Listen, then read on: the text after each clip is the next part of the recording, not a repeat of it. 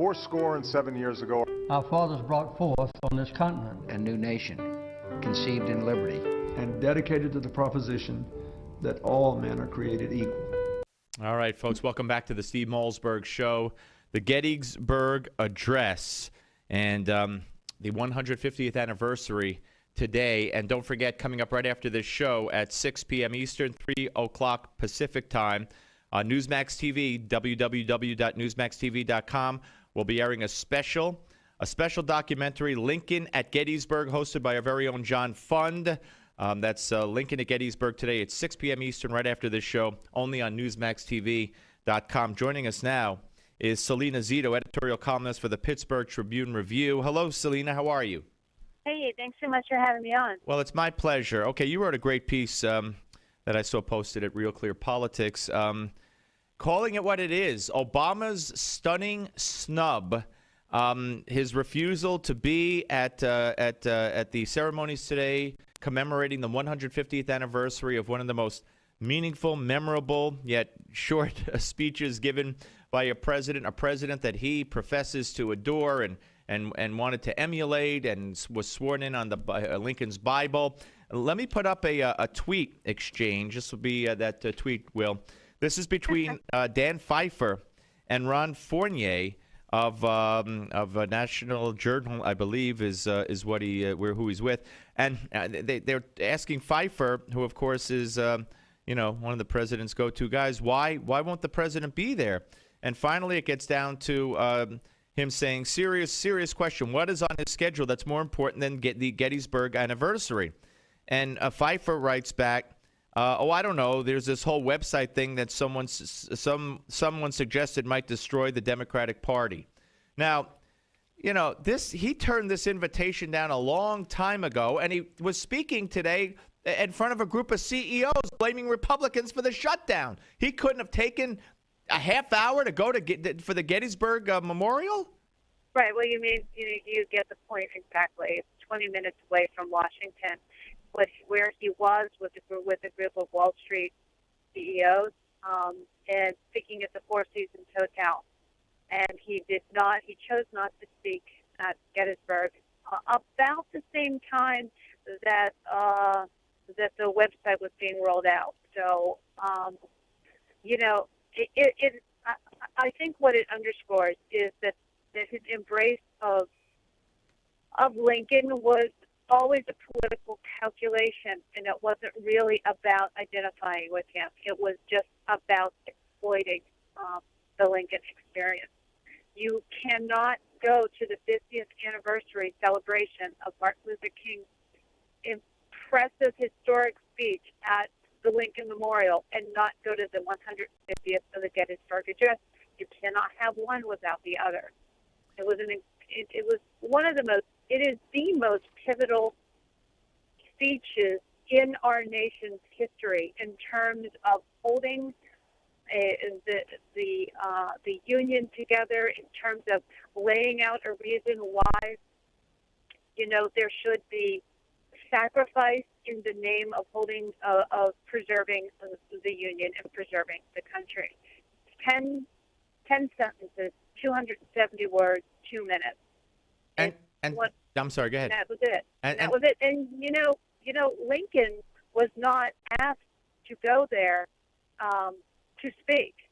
That was only an afterthought. He was asked then, once he replied that he would attend, and he received the same plain envelope that all 200 other people that received when the invitations went out. He had every excuse not to come, not to go. Absolutely. His son Tad lay sick with a fever at home. He was in the middle of horrendous budget talks with Congress, just negotiations. He was losing the war out in the West, despite the victory at Gettysburg, and he was facing a political campaign that Thaddeus Stevens said at the time, when Lincoln said, "I'm going to Gettysburg," Thaddeus Stevens' quip was, "Oh, the dead's going to recite to the dead." Well, you wrote, and we're talking to Salena Zito, editorial columnist for the Pittsburg Tribune Review, here on the Steve Malzberg Show. You summed it up so well.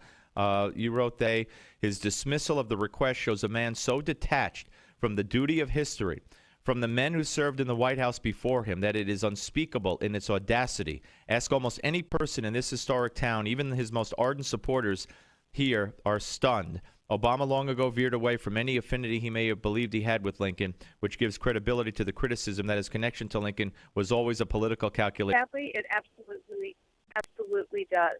There is really no excuse for him not to be there. He is, in fact, the National Park Service told me that he not only has never been there as president, but he has also never been there, period. He doesn't care. He doesn't care. He's, like you said, disinterested, detached. He's described himself as lazy. We went back and got a cut from him from 2008 during a presidential debate where he said that, he loses things. His desk is a mess. This is back then. He's unorganized. If he needs something important, his staff knows to give it to him 2 seconds before he needs it. He's just not equipped to be the commander-in-chief of this country. Well, and there have been plenty of pleas across sort of the board in the past 2 weeks since I wrote this column to, asking him to please go. And these have come from supporters. These have come from former staff members and former cabinet members. And he decided not to go. And oddly, so did Vice President Joe Biden, who was often referred to as third senator from Pennsylvania. He certainly has no problem when he's campaigning talking about his Pennsylvania roots. Unbelievable. Well, he could not go. I got to tell you, Salena, I do, though, have an inkling of what the president might be involved in today, although I don't know why it had to be done today. It's now come out. There's a story breaking that the apologist in chief, as part of the security deal with Afghanistan, which apparently is going to leave thousands of troops in Afghanistan for years, much to the chagrin of I'm sure, the left and myself as well. Not that they were all coming home. We heard that a million times, too. Put it up there with you could keep your doctor. But there's going to be an apology to the Afghan people that the U.S. made mistakes along the way. So maybe he's writing his own, Afghanistan address or Kabul address that he considers to be even more historically important, blaming his own country, as he loves to do, than honoring Abraham Lincoln and the Gettysburg Address. Well, that is incredibly disappointing if he takes a day and decides to do that.